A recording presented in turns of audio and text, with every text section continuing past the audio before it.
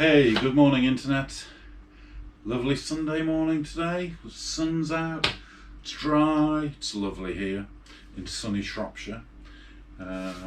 So today I've had confirmation that the indicators for this, the temporary ones, are going to be delivered shortly, really, within the next hour hopefully. So as I said yesterday, we're going to just go through a few things on the 600, getting it ready for its MOT next week. It's like I say, I must stress, this is just so I can use it in the interim before I get to restore this one really. But yeah, I think it'd benefit from being used a bit rather than just being sat up in the garage over winter. I don't think I'll get out much, but on days like today, why wouldn't you? It's just absolutely lovely. Living where we live near the Welsh border, there's always a stream of motorbikes coming down through the village or along the bypass, heading for Wales and lovely ride outs, as I've done many times in the past. So it does make me really itchy about wanting to get out. Whilst I love the Transalp, it's a fantastic bike, I really want to get some miles under my belt on this one, just because I love the bike. So yeah, it's nice enough to run as it is. It'd be nice to really get to know it again. So anyway, I've had a bit of a check round already. There's a tail light bulb. It's got twin tail lights on this, or twin bulbs in the tail light. I need to replace one of those, which is a bit of a fiddly job because all of the trim at the back has to come off, and the seat and everything. So we're going to get to do that, and then I'll also run through some of the other checks that that you'll see when you when you take your bike for an MOT. This video, I guess, would be of particular interest to those that aren't maybe all that mechanically minded and maybe are thinking of doing their own restoration, or are in fact doing one, or have an old bike in the garage that they're thinking of getting ready for an MOT. So just so you're not taking it down to the MOT test station and getting it failed on something really simple.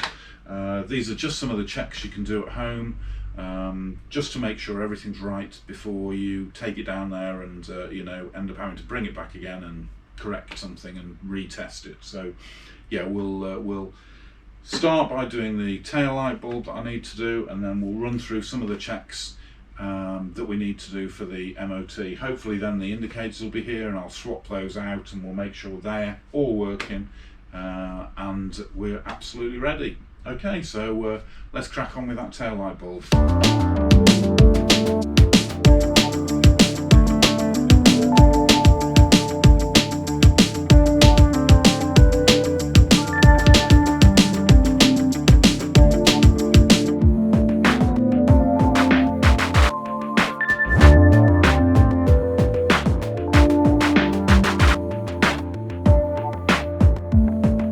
So I know I didn't have to take the seat off to get to the back of the lamp cover, but I thought whilst I was, taking it apart, I would, just so I could sort of see the condition of the other wiring that's under here. It's always worth checking if it's, if you're working in that area. I don't know what this is. It seems to be glue. I don't know whether that's been put on to try and... Oh well, look, there's one. See, so it was worthwhile doing, because I have no idea what that's for, but obviously quite clearly needs to be in there. These are in a really bad state. I'll put some electrical cleaner on, see if it helps any. I can't work out whether it's completely just rusted to pieces or it's just dirty. Probably do with being replaced, really, that whole block connector.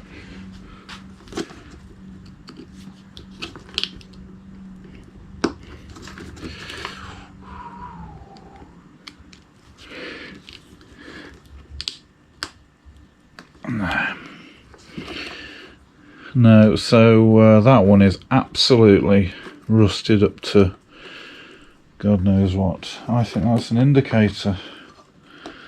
So we're going to have to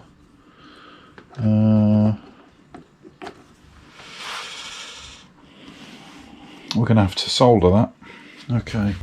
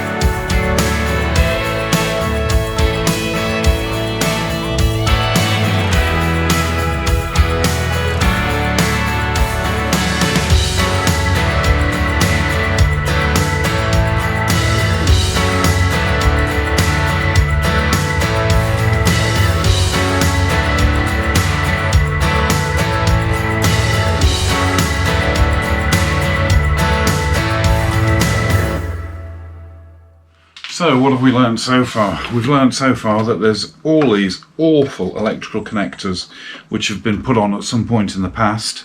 I mean, I don't know, I suppose they're okay to use them, but they look like they've been then, I guess it's silicon rather than glue, so I imagine whoever's used them has coated them in silicon thinking that it's going to give them some sort of waterproofing, but it certainly hasn't stopped this from rusting out completely. So I think what we'll end up doing is, well, I guess replacing them all. Yeah, I mean, this one's for the indicators, so we're going to have to whip these off again later on when the new indicators arrive, so I don't know whether it's actually worth building it back up. I'll put the seat back on. Yeah, I think as long as I can get to this sort of section here, I don't need to get to this section here anymore. As bad as it is, and I know it needs replacing, but it'll be all right for the MOT, and it's like I say, I'll need to get to these. I half suspect that I'm going to end up having to solder the indicators on, but I don't know. I've got some Scotch locks. Maybe I could just Scotch lock them on, just temporarily. Well, we'll have a look in a bit anyway. But yeah, so all of that needs replacing. But obviously we're not restoing this bike yet, so yeah, okay. Let's get the seat back on.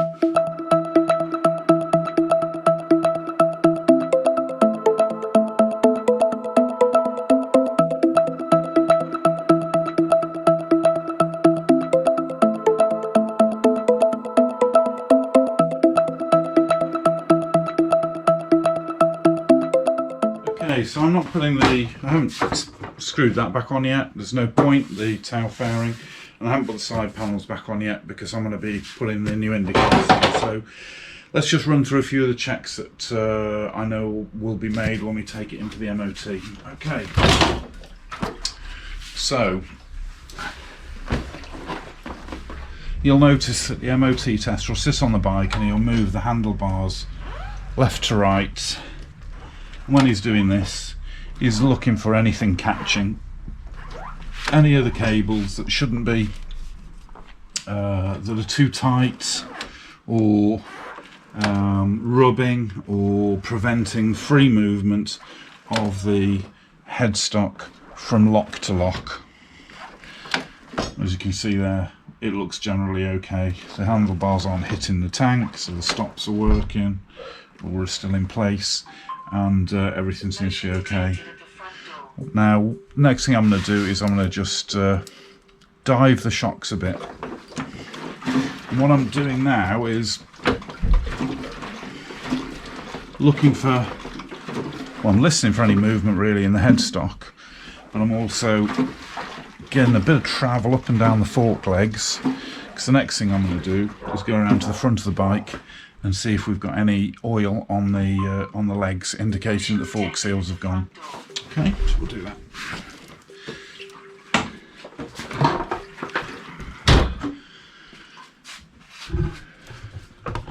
So here we are around the front.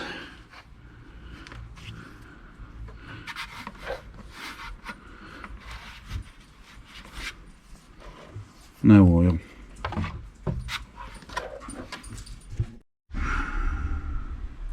So you can see here, the legs look in really good condition actually. There's no pitting or marking, and there's certainly no oil around the bottom of the fork seal on there.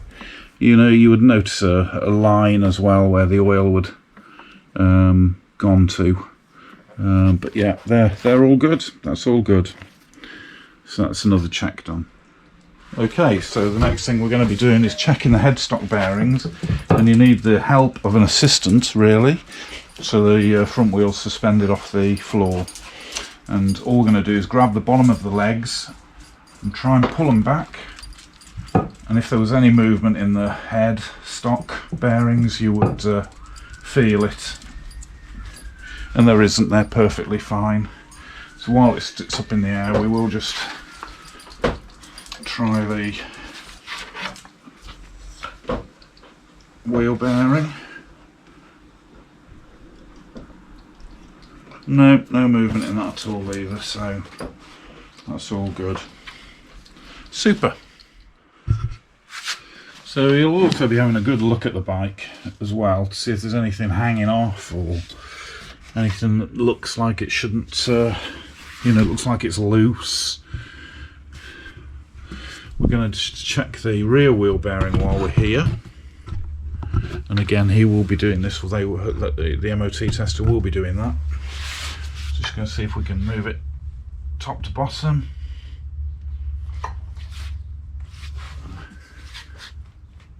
Nope, no movement in that.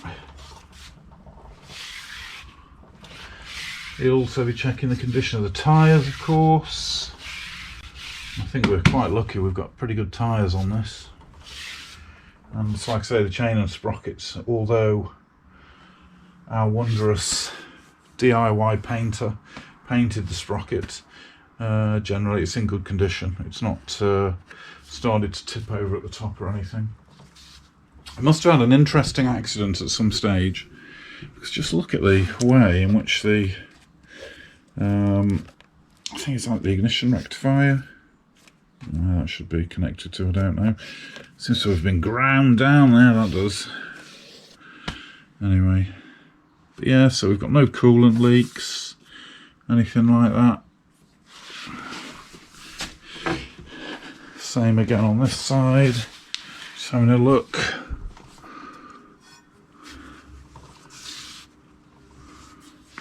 Nothing loose. No dripping. Look, everything looks okay at the front.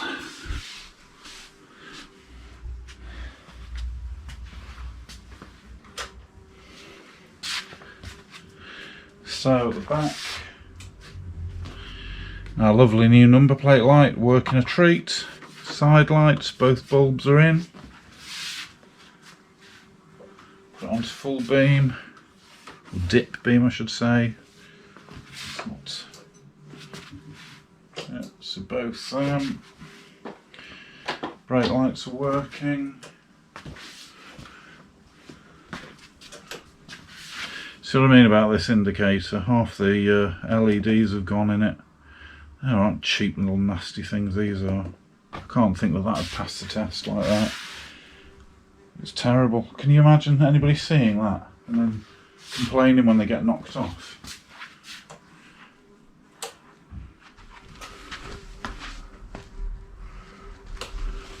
Side lamps, a new side lamp bulb, main, high beam, dip. One thing I haven't checked is the if it's aligned properly, but I'll have to just wing that, I think.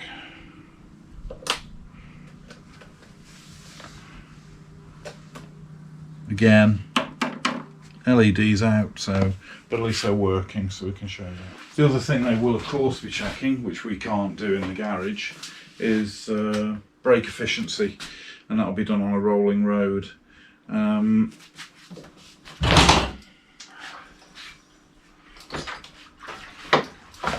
I think that'll be fine. The only thing I think he might complain about is there's a bit of play, well not play, but it is a bit spongy still, even though I've changed the brake fluid.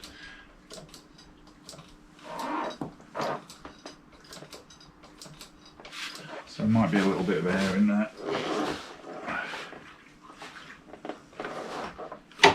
I think the brakes will be fine. Like I say, I have road tested it, not today, but you know, I took it out, so.